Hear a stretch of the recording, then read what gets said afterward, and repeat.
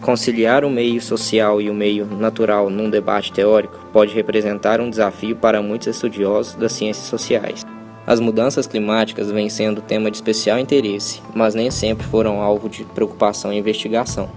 Vem sendo possível estabelecer uma série de conexões entre a sociologia e o meio ambiente. Pesquisas iniciais datam de aproximadamente 40 anos, quando sociólogos precisaram recorrer a um arcabouço teórico para interpretar um período de emergente preocupação com o planeta que se deu nos Estados Unidos, dos anos 1970.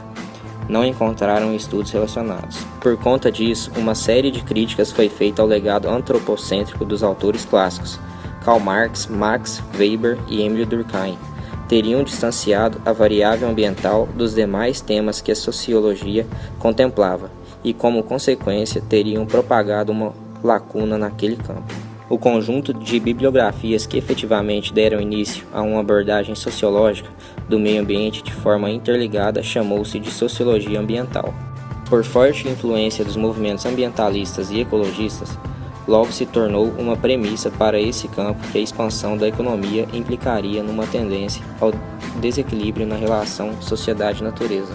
As novas formulações passaram pela leitura de Marx, Weber e Durkheim, na qual se defendeu, por exemplo, a contradição entre expansão econômica e equilíbrio ecológico, e pela análise dos problemas ambientais a partir de estratégias convencionais da sociologia, como exemplo, a sociedade de risco. Em meio a esse conjunto de discussões, ganharam força e abordagens alinhadas ao construtivismo social.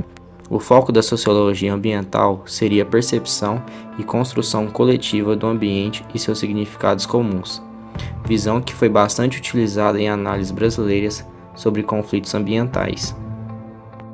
Um dos desdobramentos mais influentes dessa corrente foi de que os problemas ambientais, como resultado de construção social, não existiriam por si mesmos, processo semelhante ao de problemas sociais em geral. Na América Latina, as relações entre sociologia e ambiente assumem contornos diferentes das discussões provenientes da Europa, Estados Unidos e Canadá. No foco das pesquisas estão as disputas pela biodiversidade das florestas tropicais, e já é possível perceber a centralização do ambiente na sociologia por meio dos debates sobre expropriação material, violência, lutas culturais e relações de poder entre grupos, consequência dos processos de desenvolvimento e do papel das comunidades. No Brasil, a discussão ambiental em sociologia parece ter sido orientada pela sustentabilidade e gradativamente pela análise de conflitos. A sociologia ambiental, como disciplina, vem percorrendo um longo trajeto em busca de alicerces práticos e teóricos. Não se trata apenas de incorporação de um objeto a uma disciplina estabilizada. A demanda é por discussão e reelaboração constante, como um tema de extrema relevância para a sociedade e a academia, e que perpassa ambas as esferas. É importante que seja incorporado cada vez mais às ciências humanas.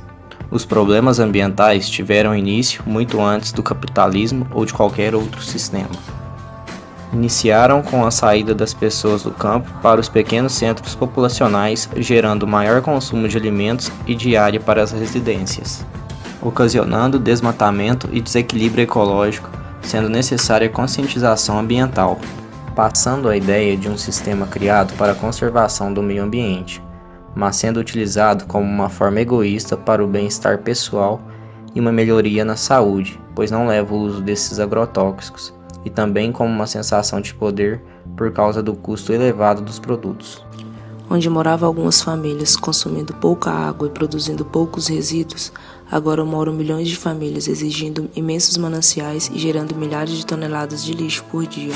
À medida que as cidades vão crescendo, aumentam os problemas sociais, como violência, poluição, desemprego, desigualdade social e a necessidade de intervir na natureza para satisfazer as necessidades e desejos da população.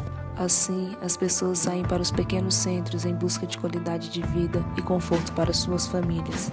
Essas consequências são determinantes para a degradação do meio onde se insere o homem. Recorrente ao desenvolvimento urbano, foram necessárias novas tecnologias para a produção de maiores quantidades de alimentos. Extensas lavouras passaram a ter problemas com fungos e plantas invasoras que anteriormente faziam parte daquele ecossistema, mas agora são consideradas pragas.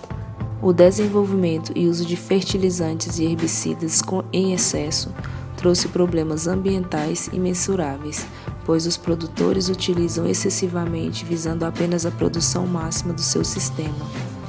Com o passar do tempo, foi necessário o desenvolvimento de sementes especiais para a alta produção da agricultura, denominadas como transgênicos, que são sementes modificadas geneticamente.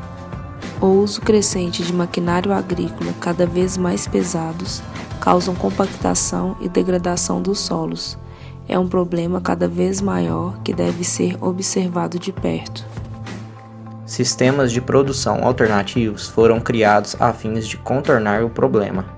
Produção orgânica de alimentos foi uma alternativa criada com a finalidade da produção sem o uso de herbicidas, fungicidas, adubos industrializados e sem o uso de sementes transgênicas.